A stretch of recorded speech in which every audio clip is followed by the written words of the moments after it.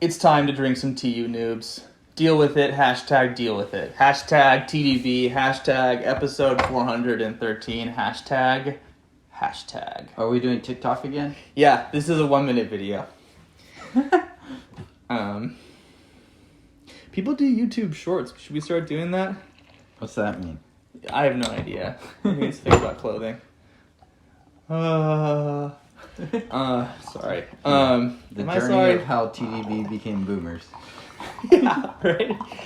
And then you hit the upload button and, oh gosh, I have my grandnephew.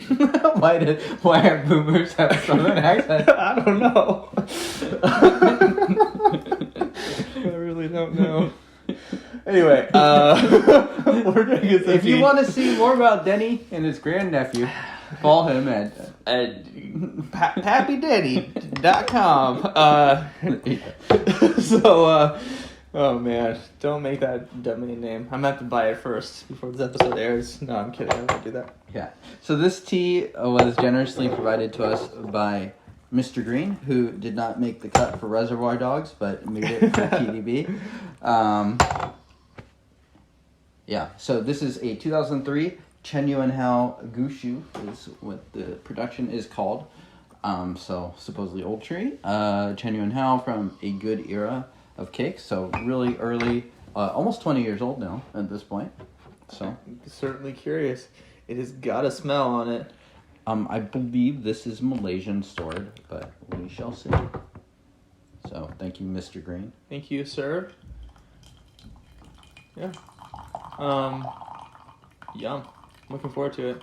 Some Malaysian stored, James, for folks who are, what does that signify to you, right? What does that, is it humid? Is it dry? Is that going to impact the aging? Yeah, so Malaysia storage has overall a pretty good reputation depending on what circles you fly in as far as tea goes. And Malaysia, one major difference between Taiwan and Hong Kong is that the temperature and humidity are pretty consistent throughout the year because it's just closer to the equator. And if you actually average all the temperature and humidity together, you'll find that on average it is actually a little hotter and a little bit more humid than Taiwan and Hong Kong. But due to those characteristics, the storage is a little different and definitely is going to have sort of your accelerated aging compared to the West. So it should mellow the tea and age it in ways that are interesting. Right. Yep. Yeah. If you want to have a young tea, then you should put it at the top of a mountain, dry mountain. So, I wonder. It makes me think or wonder about: would it be preferable to have something? So, if you have a fixed, let's just say, biological age that depends on the humidity, heat, temperature, storage conditions, basically, right? You could achieve that. Let's call it 10 years by doing, let's just say, extreme example, 5 years in a really humid place or 15 years in a really dry place. Is there an impact, right? You could sort of say, okay, we're getting to the same biological age of the tea, but just taking longer to get there versus going faster, does it have an impact? I'd be curious to find out. Yeah, I mean, I think it definitely does, Right. but it's obviously very difficult to do like those Right. sort of A/B experiments. We've had a couple of those sort of episodes on the show, but hard to discern. Right. Yeah. Let's go for it. Cheers. Cheers. It's gonna be hot. Oh, yeah, I'm going to take a smell of this. Ooh. I know, dude. That is an interesting smell. Yeah. Okay, I was like, have I smelled this? I feel like I smelled it, but I've definitely not smelled that yet. Pungent. There's a little fruits. Yeah. A little fruit thing going on at the end of it. Yeah, it's almost tropical. Yeah. Huh. I mean, it smells like it's gonna kick my ass. Don't get me wrong. So, I'm Smells excited. great, yeah. Here we go. Cheers. Cheers.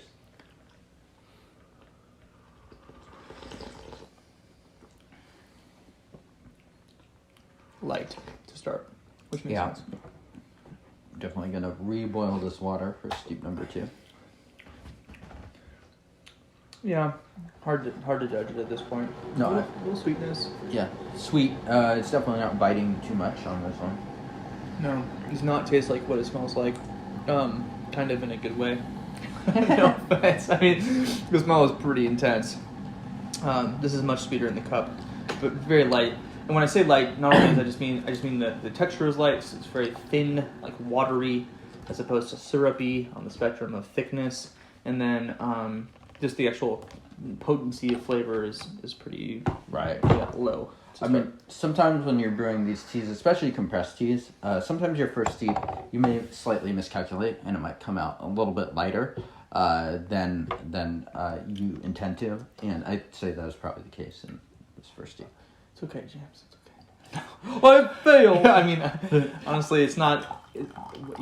What's the downside? It's better than forgetting about it on the. Exactly. Yeah. The downside of underbrewing is that you just have one lighter steeping. The color has changed dramatically. I think it's a good strong indication that this is going to be a much stronger cup. Yeah, and part of that is just leaves becoming a part too. Yeah, totally.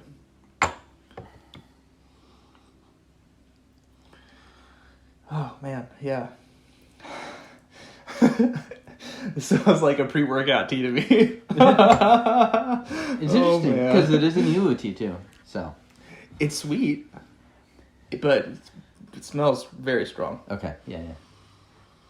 Part of it also, I have to say, is probably brewing in clay pots, because frankly, as opposed to a gaiwan, which has an open mouth, right? You can have much more of an evaporative smell, or olfactory experience, whereas this is just like a shot of straight into your nostrils. It's almost medicinal, like Chinese medicine. 100%. Yeah, but I'm not tasting any of that, and I'm not getting any funkiness whatsoever. So, which you would have expected on the first steeping. Cheers. Cheers. Yeah, I think it was that fruity smell that you're talking about. Yeah. What is that? Yeah, the smell is coming into more of the taste now. Almost tastes a little bit of tropical fruits here. A really sturdy base to this.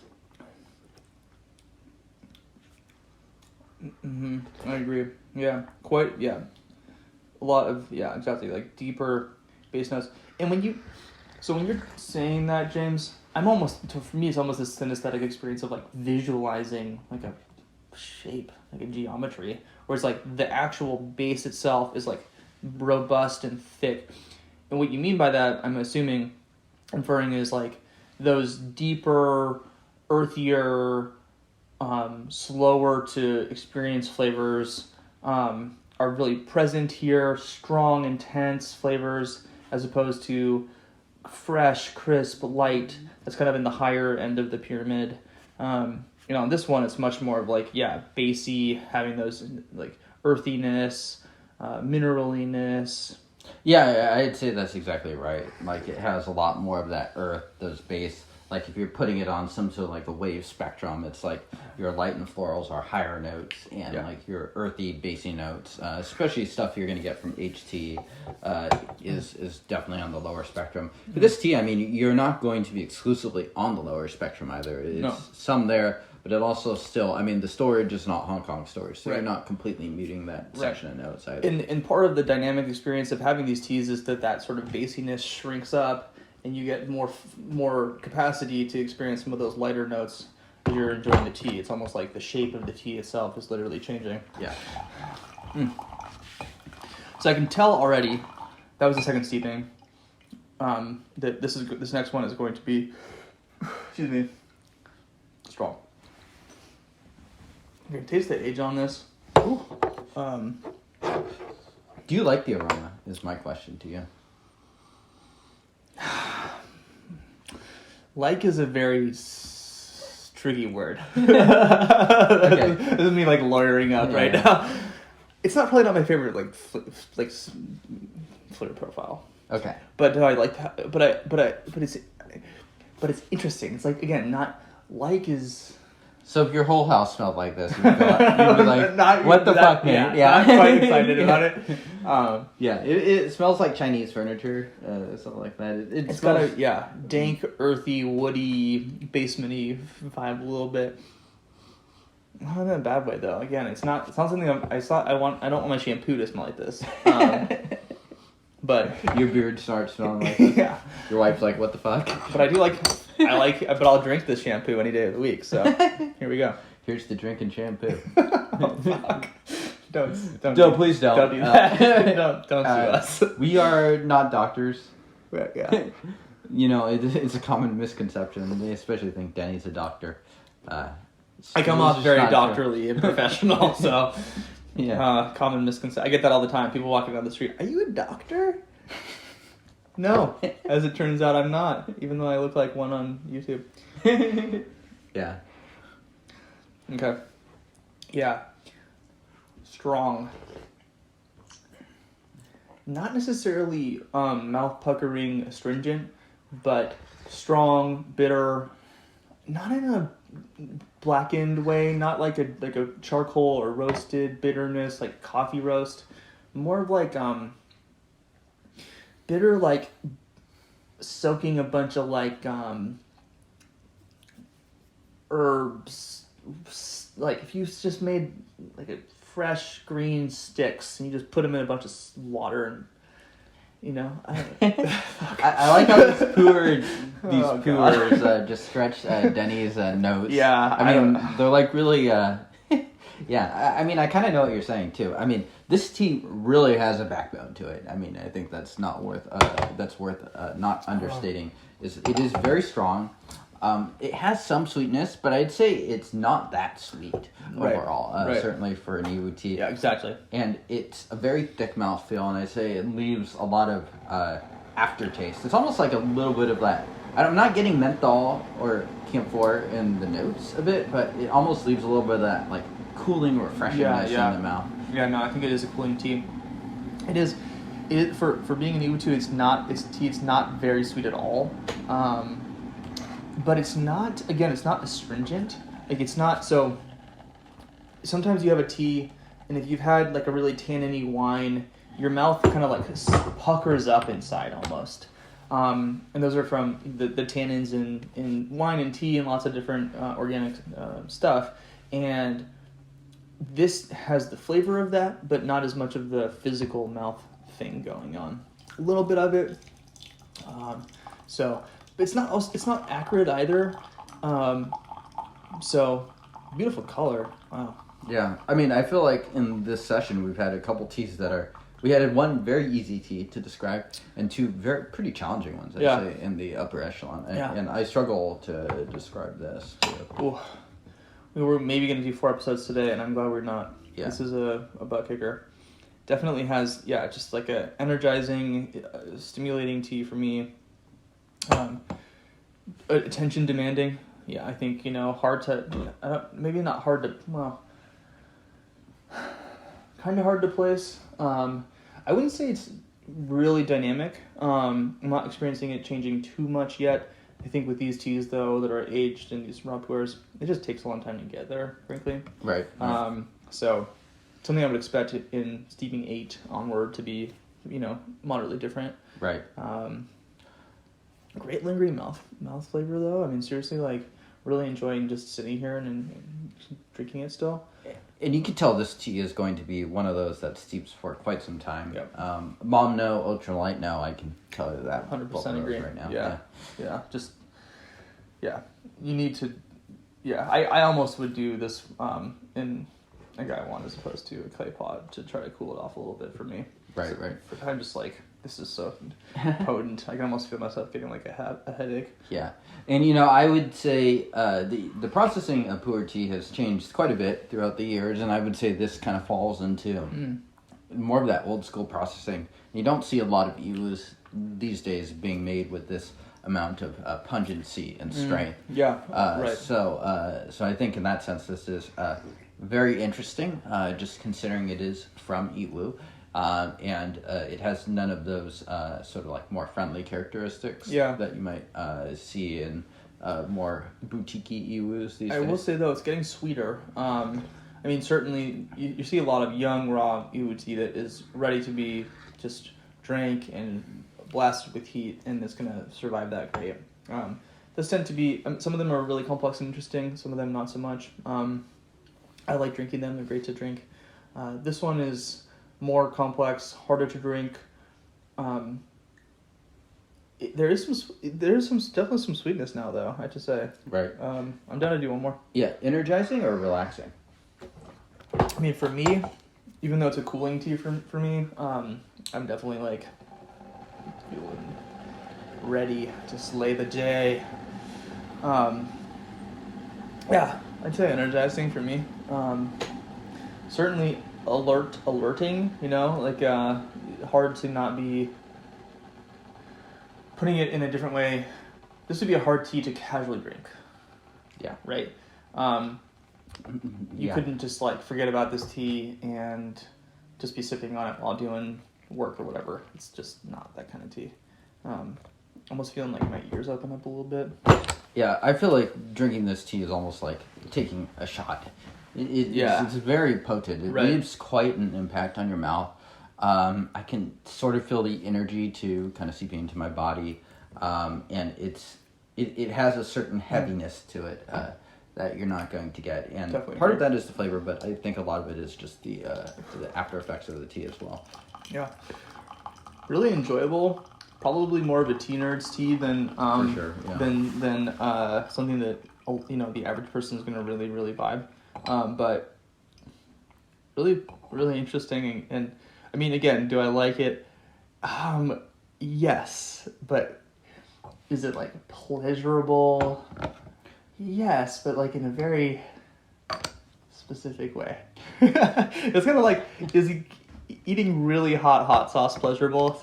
Kind of not, but yes. And you can also sort of see how this tea could age more too. I mean, I think it's pretty obvious. 100%, yeah. This is not a tea that is done maturing at all. No, yeah. And still, I mean, again, just sitting here talking about the tea and enjoying it, still drinking it, it is sweet. I mean, you can definitely, the Iwu vibe I'm experiencing now more and more. So, it makes sense.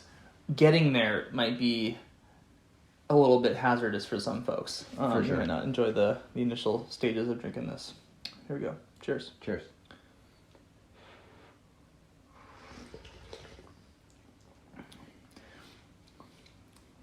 It's getting sweeter.